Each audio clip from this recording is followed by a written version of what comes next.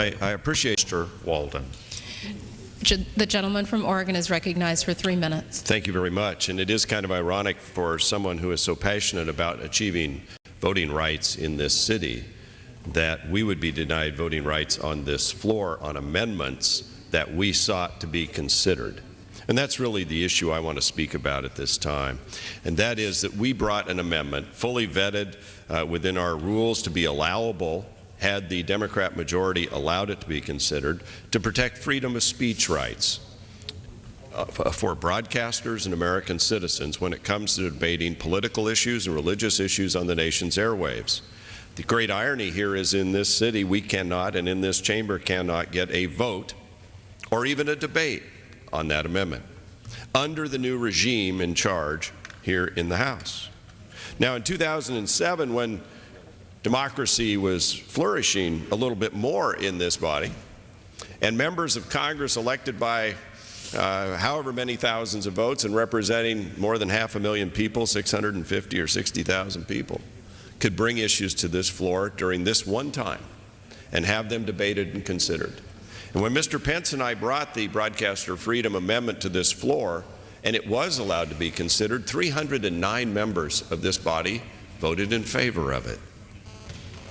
When we sought to renew the prohibition on the federal government from putting federal censors over the airwaves, we were denied the opportunity to even have that debated. See, the one we got passed in 2007 expired a year later because it only went for as long as the appropriations bill. We have a bill, bipartisan bill, committee to make this permanent, but once again the Democratic leadership refuses to engage in democracy and allow us to even have a hearing on that legislation.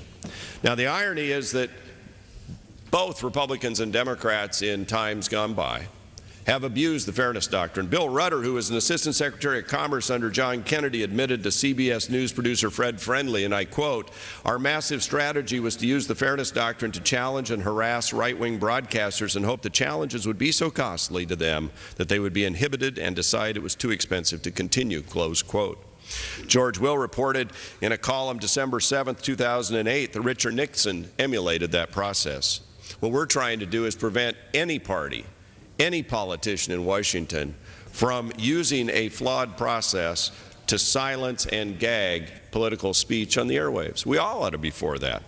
Now, the fairness doctrine is gone right now, but there are many, including leaders on the other side of the aisle, who have called for its return. Leader after leader, when asked by the press, has called for its return. Some will say, well, no, that's not going to happen. Well, they come around with a Trojan horse back door and say, we're going to do it under a different way. We're going to call it localism. We're going to set up these boards and commissions. We'll have all this involvement. And if a broadcaster doesn't live up to what they're told to do, then their license will be pulled or whatever. We're just trying to say, no, government, we don't need your censorship. Stay out of the process. Time has expired. Stay out of the process and allow us a vote. The gentleman's time has expired. Don't just gag and spend Does the gentleman yield additional time? I return the balance of my time.